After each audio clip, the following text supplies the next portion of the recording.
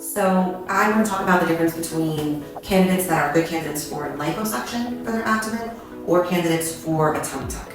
Some people can do a little bit of both, but in general, for the most part, for women, if you have what's called a rectus diastasis, that is a separation of the abdominal wall muscle. So, before kids, our six-pack muscles are like this in the middle, nice and flat. When we get pregnant, our muscles separate out. And after pregnancy, they never quite go back together. Some people get pretty close together, they never quite go back together again. So we're always a little bit more round after babies than we were before babies, okay? So if you have diastasis, which most of us after babies do, you're not gonna get that fixed with liposuction. So a diastasis is a good reason to do a tummy tuck versus liposuction, if you have that round belly. Another reason is loose skin or damaged skin, okay? So again, a lot of times pregnancy, you get stretch marks on the lower part of your belly. You sometimes, have a lot of skin afterwards, after you lose the weight afterwards. If you have skin that you can put your fingers up underneath, or if you have a lot of damaged skin from stretch marks, that's not going to respond well to liposuction, and you should probably have a tummy tuck.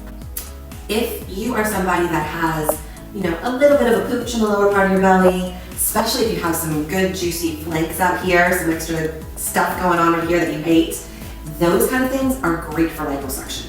You don't have stretch marks, you don't have the loose skin, you don't have a big diastasis, liposuction is probably the way to go, okay? And liposuction in the sides is what's really gonna create that hourglass shape, and liposuction in the front is going to smooth and soften and flatten and give you the shape you're looking for. So 2 more things about liposuction.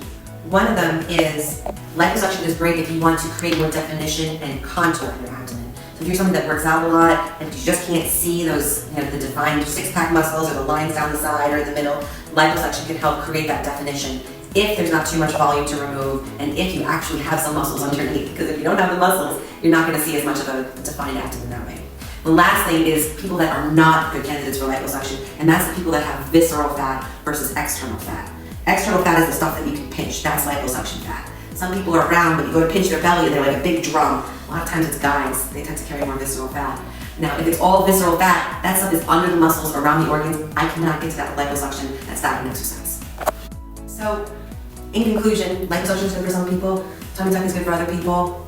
There's a small group of people that just need a little bit of liposuction on the sides to create that hourglass, but really could use a tummy tuck in the front. Sometimes you can do them both under general anesthesia and get it both done at the same time, only if you don't have too much back here. And then liposuction can actually be done awake, and that's really great because recovery is easier and all that good stuff. But if you want to learn more about these things, follow me. I have more stuff coming.